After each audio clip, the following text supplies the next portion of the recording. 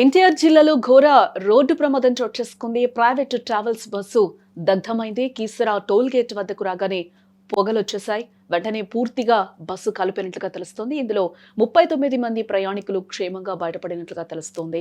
హైదరాబాద్ నుంచి విజయవాడ వెళ్తుండగా ఈ ఘటన చోటు చేసుకుంది. ఏపీలో మరో ప్రైవేట్ ట్రావెల్స్ బస్సు పూర్తిగా దగ్ధమైంది. హైదరాబాద్ నుంచి విజయవాడ వెళ్తున్న ట్రావెల్స్ బస్సులో అకస్మాత్తుగా మంటలు చెలరేగాయి. ఎన్టీఆర్ జిల్లా కీసరా టోల్ గేట్ వద్ద ఇంజన్ నుంచి పొగలు రాగా కాసేపటికే మంటలు అంటుకున్న బస్సు బూడిదైంది. అయితే డ్రైవర్ అప్రమత్తతో ముందుగానే తేరుకున్న ప్రయాణికులు వెంటనే దిగిపోవడంతో పెను ప్రమాదం తప్పింది. సుమారు 39 మంది ప్రయాణికులు ప్రమాదం నుంచి బయటపడ్డారని కూడా చెప్పుకోవచ్చు. వారి కళ్ల ముందే బస్సు పూర్తిగా అగ్నికాహుతైంది. అదృష్టం బాగుండి ప్రాణాలతో బయటపడ్డారు, లేదంటే మరో ఘోరం జరిగిపోయి ఉండొచ్చేమో అని కూడా అందరూ భయం నుంచి ఇప్పుడే తేరుకున్నట్లుగా తెలుస్తోంది. ప్రైవేటు ట్రావెల్స్ బస్సులు వరుసగా మంటల్లో కాలిపోతూ ఉండడం ఇప్పుడు ప్రయాణికులను భయాందోళనకు గురి చేస్తోందని కూడా చెప్పుకోవచ్చు. మొన్న కర్నూలులో 20 మంది బలికాగా నేడు నందిగామలో మరో బస్సు దగ్ధమైన వైనం అయితే కనిపిస్తోంది. డ్రైవర్ అప్రమత్తంగా లేకపోతే పరిస్థితి ఏంటి? ప్రైవేటు బస్సుల ఫిట్నెస్ విషయంలో అధికారులు ఎందుకు నిర్లక్ష్యం వహిస్తున్నారు? ప్రయాణికుల భద్రతను గాలి కొదిలేస్తున్న ట్రావెల్స్ యాజమాన్యాలపై చర్యలు తీసుకునేది ఎప్పుడు అనే ప్రశ్నలు కూడా వస్తున్నాయి.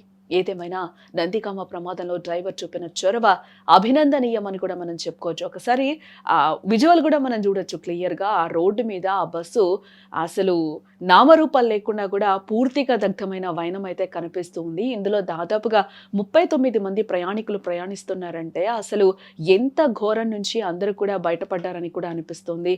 లేదంటే మొన్న మనం వరుసగా ఇన్సిడెంట్లు చూస్తూ ఉన్నాం.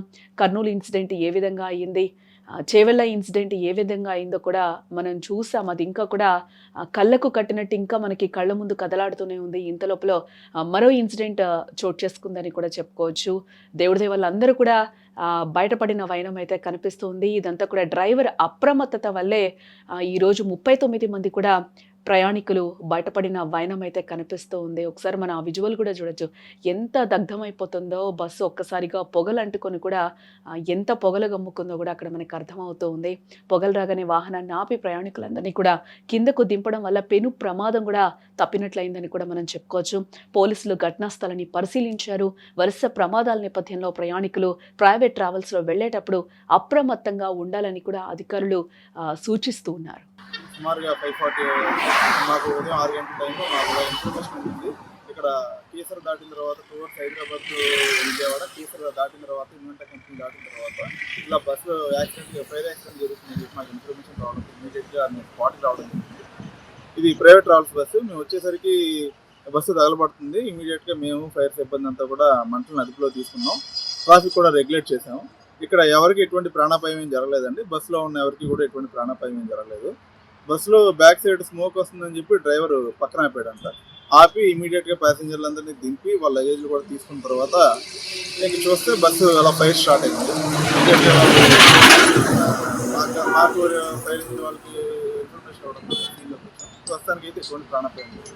అంత ట్రాఫిక్ కానీ ఫైర్ కానీ కంట్రోల్. మొత్తం ఎంతమంది సార్ ప్రయాణికులు? మొత్తం 39 మంది ప్రయాణికులు ఉన్నారని చెప్పి డ్రైవర్ చెప్పారు.